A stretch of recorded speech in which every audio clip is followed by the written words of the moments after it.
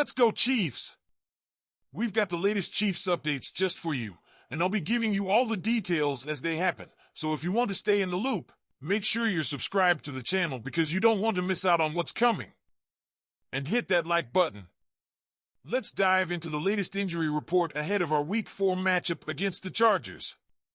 Let's dive in. Okay, here's the scoop. Head coach Andy Reid gave us some updates, and it looks like Mike Dana could be out this weekend. After missing practice on Thursday, Dana is dealing with a calf injury, and Reid said they'll likely keep him out of the game to make sure he's fully recovered. That calf was bothering him after the walkthrough, so we'll probably keep him out to cool him down, Reid explained. Now, I know Dana's absence is a bummer since he's been a key part of our defense, but it opens the door for guys like Felix Anudike-Uzomah and Malik Herring to step up. George Karlaftis will continue to hold things down on the other side, so we'll see how our young guys handle the extra workload on Sunday. On the offensive side, there's some good news. Kareem Hunt is expected to return. With Isaiah Pacheco still on injured reserve and Clyde Edwards-Helaire on the NFI list, Hunt was signed earlier this week to bring some experience back to our backfield. Now, he may not be getting all the reps right away, but watch him roll with it while Carson Steele and Samaj Perine handle the bulk of the workload. But here's where it gets interesting, Chiefs fans. The Chargers are heading into this game with some serious injury concerns. Starting tackles Rashawn Slater and Joe Alt will likely miss the game, which could be huge for our pass rush. Additionally, quarterback Justin Herbert is dealing with an ankle injury. And let's not forget that power tackle Joey Bosa is also out with a hip injury. Plus, safety Derwin James will serve a one-game suspension. That's a lot of talent missing from their side, and it could give the Chiefs a real edge in this divisional showdown. So, what do you guys think? What do you think of Kareem Hunt's return? And do you think the Chargers' injuries give us an advantage? Let me know in the comments below. The Kansas City Chiefs are headed to Los Angeles for their first AFC West divisional matchup of the season. We're talking about a matchup against the Chargers at SoFi Stadium this Sunday, September 29th. It's a late afternoon game, starting at 4:25 p.m. Eastern Daylight Time, and you can watch it on CBS. Our Chiefs are coming in with a perfect 3-0 record, but as we all know, divisional games are never easy. The Chargers, at 2-1, are looking for redemption after a tough loss last week. Both teams are hungry for a win, and with their early season dominance of the AFC West on the line, this game will be huge.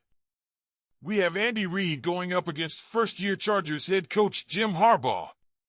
These two have a lot of respect for each other, but don't expect any favors. Both teams will play to their strengths and do whatever it takes to get this crucial win. Now, let's talk about the matchup. The Chiefs have had the upper hand on the Chargers recently, winning 5 straight games against them. Patrick Mahomes has been especially dominant at SoFi Stadium, throwing for over 1,000 yards, 8 touchdowns, and just 1 interception in his 3 games there. Mahomes is 3-0 at that stadium, and the Chiefs lead the all-time series 69-57-1.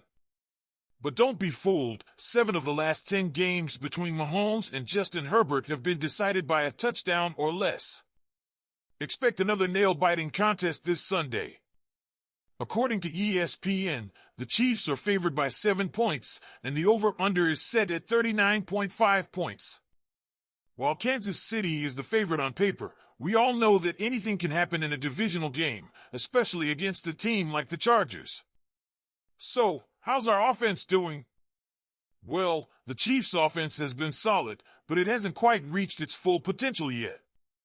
Mahomes has been doing what he does, but there has been a noticeable drop in big plays from Travis Kelce. Defenses have been focusing on Kelce, limiting him to just 8 catches for 69 yards so far this season. But the silver lining? This has opened up opportunities for other players, like wide receiver Rashee Rice.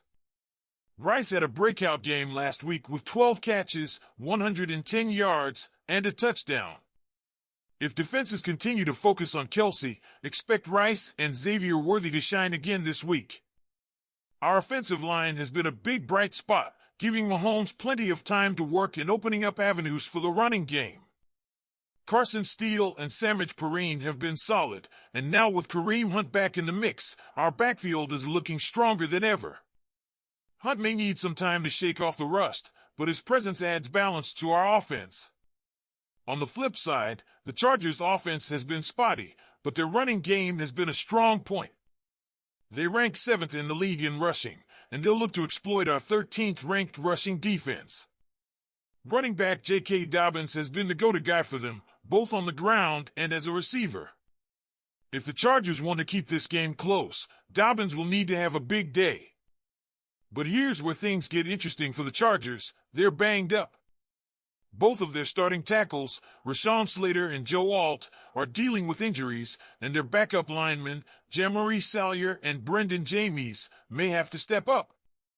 To make things more difficult for the Chargers, Justin Herbert is nursing a sprained ankle, which could limit his mobility. If our defense can take advantage of these injuries and keep the pressure on Herbert, it could be a long day for the Chargers. Speaking of defense, the Chargers are also without some key players on that side of the ball. Safety Derwin James Jr. is serving a suspension, and Joey Bosa is questionable with a hip injury. Without James and possibly Bosa, the Chargers' defense will have a hard time containing our offense, especially if Mahomes starts to heat up. Now, let's talk about some players to keep an eye on this week. For the Chiefs, all eyes are on Kelce. He hasn't been his usual dominant self this season, but with the Chargers' defense depleted, this could be the game where he gets back on track. The Chiefs will make sure to get him involved early and often. We haven't seen Kelce record more than 35 receiving yards in a game this season or score a touchdown yet, but don't be surprised if that changes on Sunday.